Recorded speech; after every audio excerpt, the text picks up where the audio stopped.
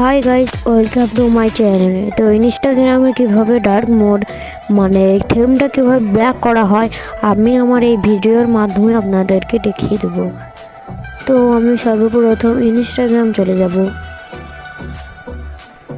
Instagram যাওয়ার পর নিচে নিজের অ্যাকাউন্টে চলে যাব।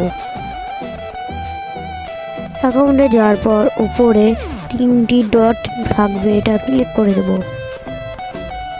ক্লিক করার পর এইরকম কিছু ইন্টারফেস আসবে এবং আমরা যে অপশানটা চাই সেটা খুঁজব। দেখতে পাচ্ছ অপশান পেয়ে গেছি, অপশানটা ক্লিক করে দেব। ক্লিক করার পর নিচে লেখা আছে ডার্ক মোড ক্লিক করে দেব এবং অন ক্লিক করে দেব। এভাবেই করা হয় ডার্ক মোড। তো আমাদের এইসব ভিডিও পেতে হলে লাইক সাবস্ক্রাইব করুন।